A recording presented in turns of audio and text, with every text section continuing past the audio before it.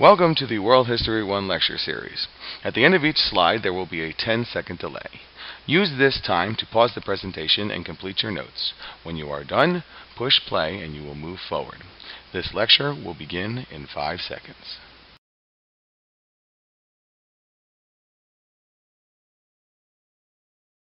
Welcome to the World History 1 End of Course Review on Prehistory, and we're going to start by looking at the cycle of civilization.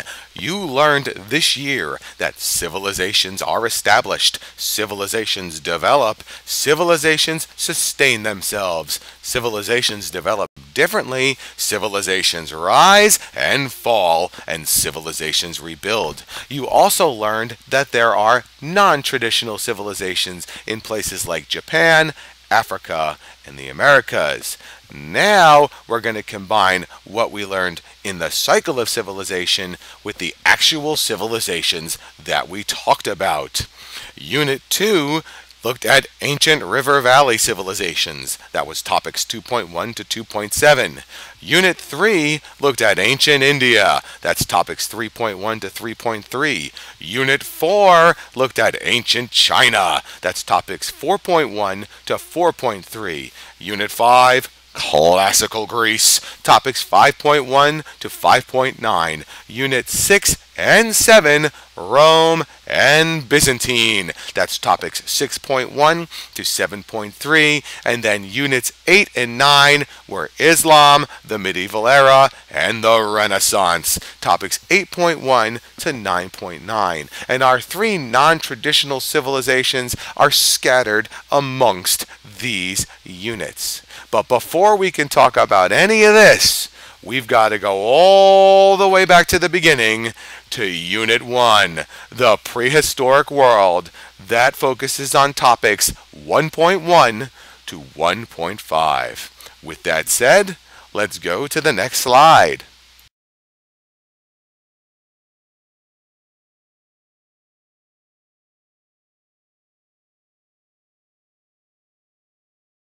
Today we look at the essential issues related to Unit 1, Prehistory. Open your notebooks to Unit 1 and read along. If you see something that you do not understand, go back into your notes and look at the details, or go back to the lecture covering the topic.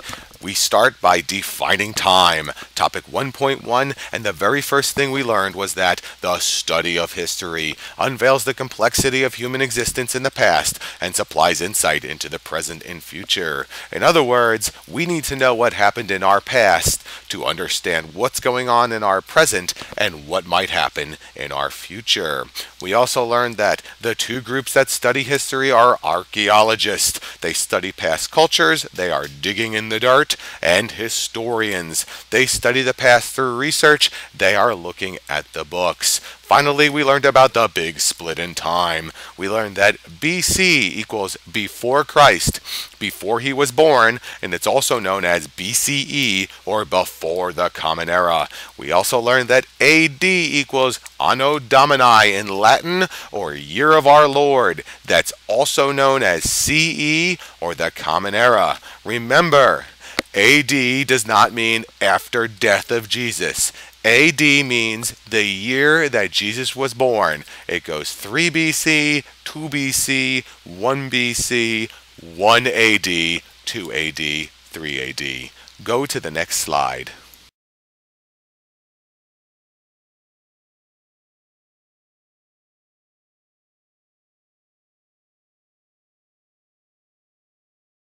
We broke time down further into eras and ages. This is topics 1.2 and 1.3, and we learned that an era is a long period of time marking the start and end of an important event. These are our eras: Paleolithic, Neolithic, ancient, classical, medieval, and modern. And to sync what we learned to these eras, we learned that Paleolithic is caveman.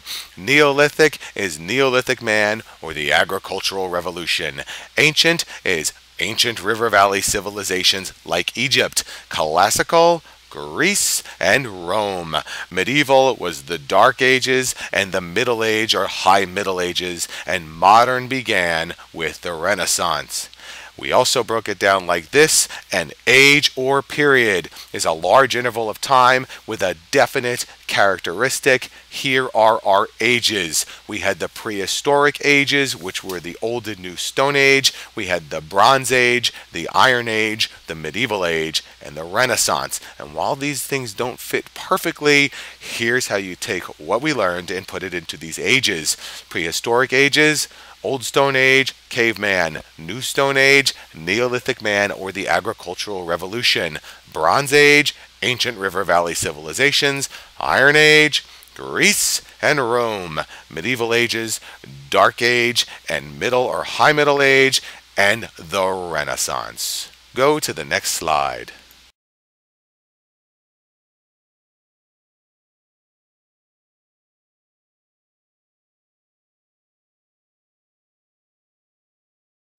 Next, we looked into our prehistoric past at the Earth and early humans. This was topic 1.4, and we learned that there are 4 hominoids that are important to us historically as humans. There's Homo australopithecines, who lived from 4 million years ago to 2 million years ago. That's Lucy. Then there's Homo habilis, who was around from 2,300,000 years ago to 1,250,000 years ago. These were the people who are our tool men who discovered the first tools.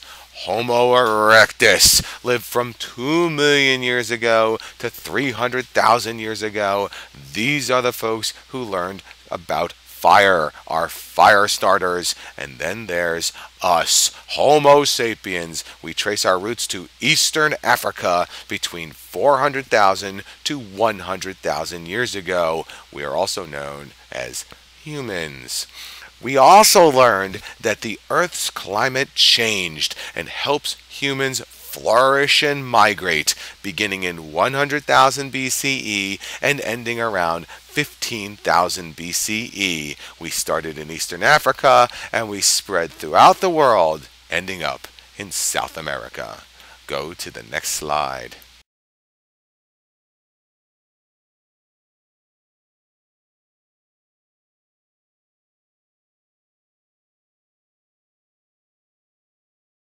Finally, we learned about the land before history. This was topic 1.5, and we broke time down even further. The time before written history is prehistory. That's before 4000 to 3300 BCE. We are not writing anything down up to this point. Humans then record our history. So this review is all about prehistory. We then learned about how to look at artifacts and our history without written records. And we looked at 2 ways to date historical artifacts. They are radiocarbon dating. This is stuff that was once living and is less than 50,000 years old. We can scientifically figure out how old it is.